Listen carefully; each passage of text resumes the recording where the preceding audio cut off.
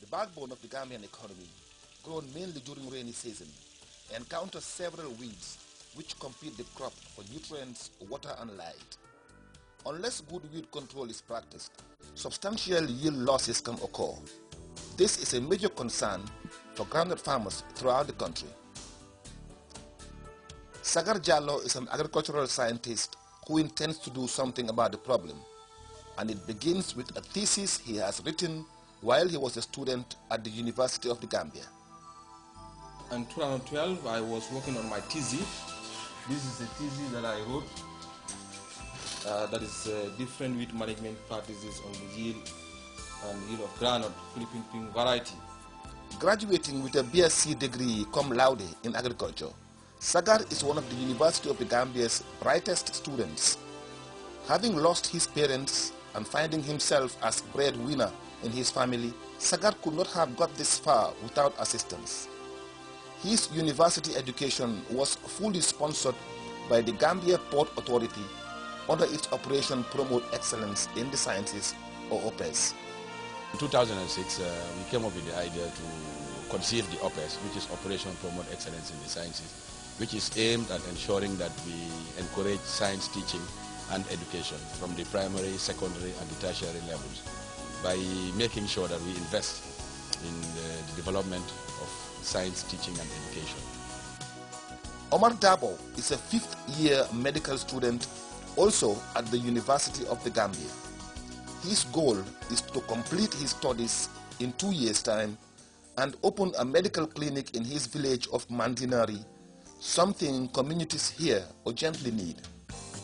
The community that I live, especially in Mandinari, which is surrounded by this now 9 surrounding villages, Mandinarin, Kubune, Kerawan, Daranka, Baflodo, Makumba. There's no clinic around here.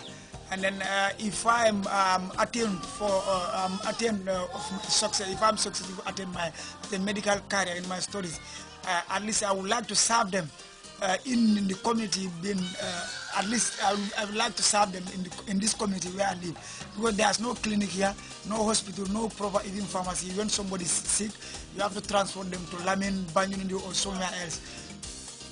Seen as first point of call for medical advice, villagers queue outside his house. As he is still a student, basic pulse taking and physical examination are all he can do. He would refer them to the nearest clinic. I've been my nosing skills, where we are trained to check some vital signs, the temperature of somebody, the pressure, the blood pressure of somebody, and then if you are diabetics or you have fever, all those things. And then so I am able, with these studies, I'm able to determine if somebody has fever, somebody has diabetes, or somebody's pressure is high, and then I'm able to check if somebody has malaria, all those things. Omar's dream to be a medical doctor at the University of the Gambia is made possible by financing from Gambia Port Authority. His father, a farmer and a fisherman, could not have afforded the cost of educating his son at university.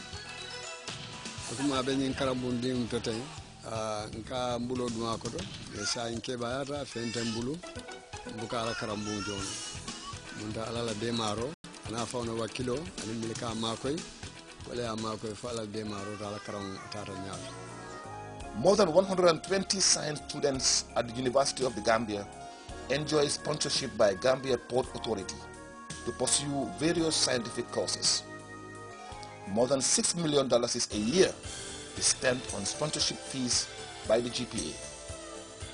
After being admitted, I find it like it will be very easy for my parents to pay my school fees. So I thought like the dream of becoming a medical doctor has already collapsed. So we had rumors outside that you can apply to various institutions. They will pay for you to actually further your education. So like we applied to Gambia Ports Authority. Within 2 weeks, we were actually called and we were sponsored by the Gambia Ports Authority.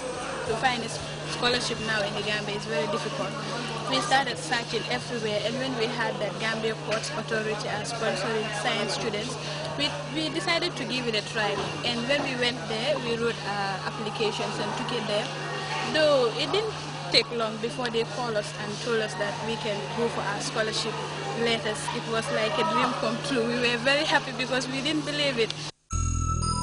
This strategy of OPES is aimed at ensuring that the Gambia possesses the human resources equipped with the adequate training to be able to steer the affairs of this country. Science is seen to be a vital part of the solution and is the focus of OPES. Science-based education has been the pioneer and the driving force behind, socio-economic development and even industrialization. I think, it was from that kind of thinking that we decided to go ahead and establish, Operation Promote Excellence in support of science, technology, engineering, medicine, and mathematics. Science education in schools therefore becomes important, as confirmed by Dr. Malik Samba, a Gambian retired medical doctor. For development to be really effective, it has to be science education. The students must do science at school to be able to be agriculturists, to be able to be doctors, to be able to be engineers, computer science, no matter what you do. For 65 years, the Medical Research Council in the Gambia has been at the forefront of medical research in the developing world. The unit's medical director is a Gambian medical scientist, and so are some of the other scientists who work here. I am a graduate of Gambia High School, and before then I was in St. Augustine's High School, as they used to be called.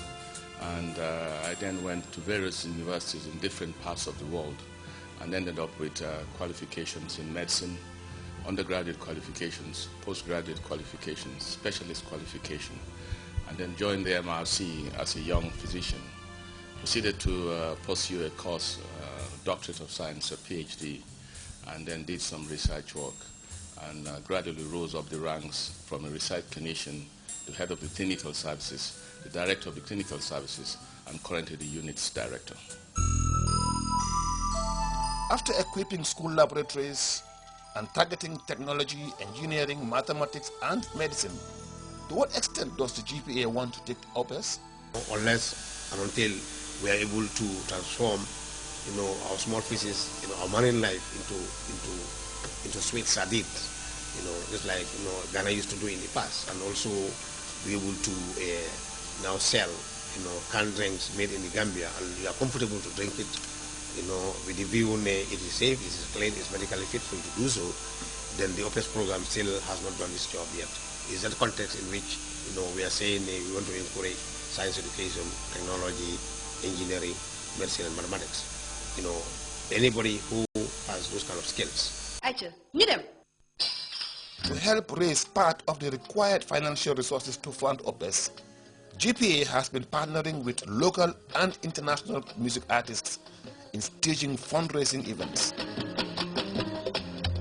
For many years now, Senegalese music diva Viviane Chidid has been the main attraction of the annual fundraising event, which is graced by the President of the Republic. This year is no different. We're expecting Viviane Chidid this time. He's been a long-time partner with the force. In fact, she was there at the inception of the OPES project, and I'm sure she's very much au fait with what the project aims to achieve in terms of objectives. And she's no stranger to the OPES project as well. So Viviane is coming back with the OPES to take it one step further. And I'm sure she's much prepared to surprise the public, as it were, with some new hits and new releases, just to garner more support for the OPES project.